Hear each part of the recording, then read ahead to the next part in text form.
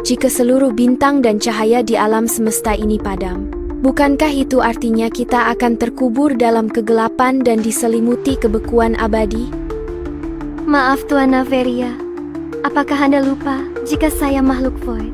Bagi saya ruang, waktu dan jarak tidaklah memiliki makna.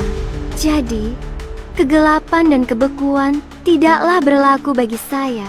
Lagi pula teknologi pixel kuantum justru akan bekerja semakin optimal di suhu rendah. Engkau benar Yamaki. Masalahnya adalah, aku tidak tahu sama sekali tentang diriku sendiri. Mungkinkah aku makhluk void sepertimu, atau mungkin jauh lebih rendah lagi? Iya, itu memang patut dipertanyakan Tuan Naveria.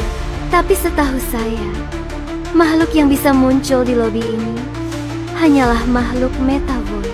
Jadi tanpa diuji, sekalipun Anda sudah termasuk player, user, atau mungkin juga CI seperti saya. Syukurlah jika seperti itu Yamaki. Lalu jika tempat ini hanyalah lobi, selanjutnya kemana kita akan melanjutkan perjalanan? Entahlah kenapa Anda menanyakan itu Tuan Naveria. Jika Anda sudah tergolong makhluk meta void di dalam dimensi ini, maka itu artinya Anda bisa kemanapun yang Anda suka.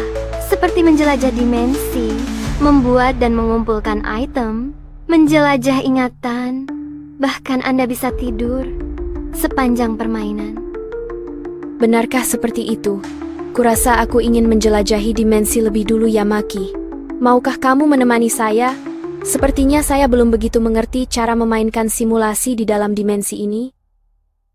Tentu, Tuan Naveria, kita bisa bekerja sama untuk menamatkan simulasinya.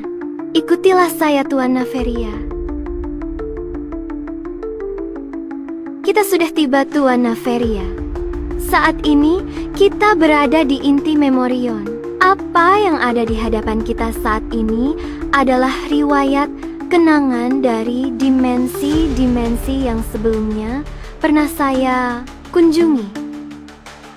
Banyak sekali dimensi-dimensi yang pernah kau kunjungi Yamaki, tapi mengatakan dimensi itu sebagai kenangan, bukankah itu artinya semua dimensi yang kau tunjukkan ini semuanya sudah hilang atau hancur?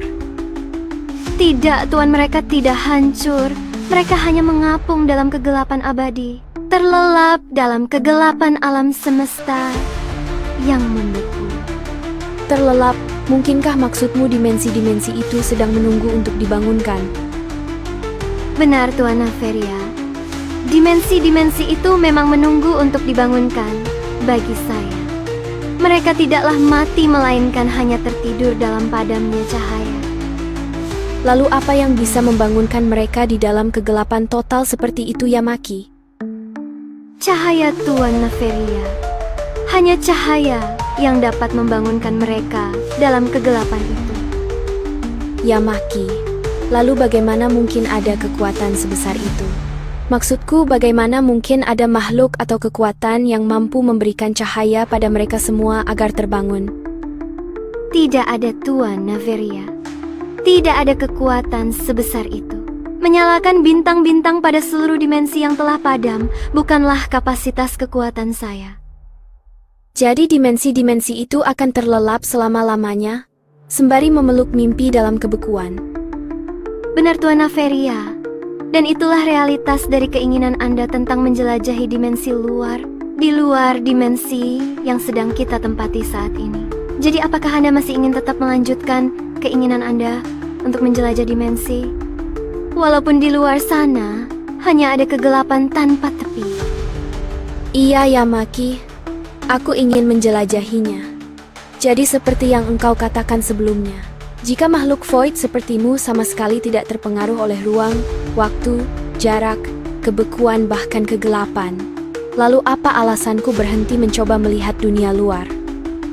Jadi baiklah, kita akan segera berangkat untuk menjelajahi kegelapan hingga ke tepian dimensi.